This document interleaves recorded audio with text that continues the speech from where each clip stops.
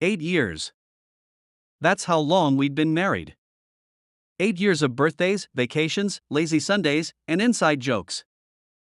8 years of arguments, make-ups, late-night talks, and quiet companionship. And 8 years of me thinking I knew my wife.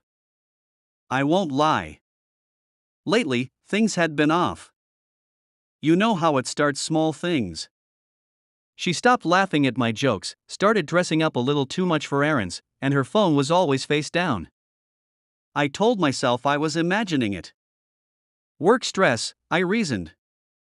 People change, but it doesn't always mean something. I wanted to believe that. Until the night of our 8th anniversary. She told me she had to work late. I'm so sorry, babe. Something came up at the office. I'll make it up to you. I texted back, no worry. Simple. No need to argue. No need to fight for something that was already slipping through my fingers. Because I already knew. A friend had tipped me off a week earlier. He'd seen her at a fancy little French restaurant, Le Papillon, with some guy. A kid, really. 20, maybe 21. They looked cozy. Intimate. I didn't react. Not at first. You tell yourself you trust your partner. That there's an explanation. That you're being paranoid. But when I checked our credit card statements? Yeah. That same restaurant. Twice in the past month. And tonight? She wasn't at work. She was there again. With him. So I did something I never thought I would. I drove there. Parked down the street. And watched through the window as my wife sat across from a boy young enough to be in college, smiling like she used to smile at me.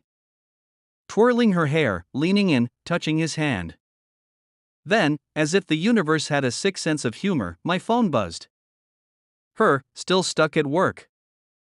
Ugh, this sucks. Miss you. I exhaled. Looked up. And watched as she took a sip of wine, laughing at something he said. I texted back. No worry. Then I went home. I didn't cry. I didn't yell. I didn't even feel angry. Just done. I packed my things. Not in a rush, not in a fit of rage, just methodically. A few bags of clothes, essentials, my laptop. I left my wedding ring on the nightstand. It felt heavier than ever. Then I drove to the mansion. See, what my wife never knew, what she never bothered to ask about, was that I had money. Not nice house, 2 cars money. Real money. My parents left me an inheritance years ago, enough to buy a place outright. But she'd always been more concerned with appearances, keeping up with her friends, expensive dinners, designer bags, so I let her believe we were comfortable, not wealthy. I'd bought the mansion 2 years ago. Not to hide anything, but because I wanted something that was just mine. A space untouched by lies. Tonight, it became my home. The next morning, my phone blew up. I ignored the first few calls. Then the texts started. Her, where are you? Her, your stuff is gone. What the hell is going on? Her, call me. Now. I let her panic. Let her sit in the mess she'd created. By noon, she was at my office. Security wouldn't let her in. She made a scene, screamed my name in the lobby. My assistant called, nervous. Sir, your wife is here, and she's not doing well. I sighed. Not my wife anymore. I met her outside, standing on the steps as she stormed toward me, eyes red, hair a mess. What is this? Some kind of joke? You just leave?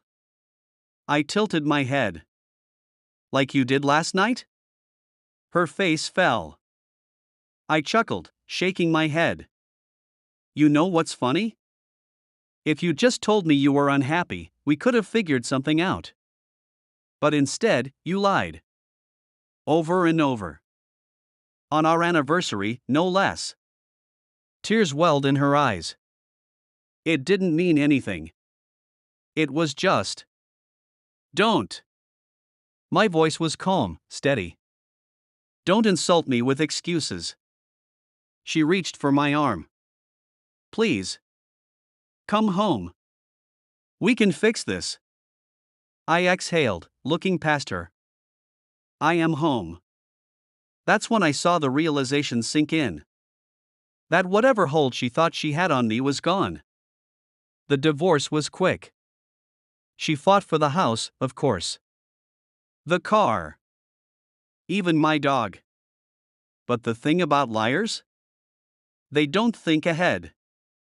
I had receipts.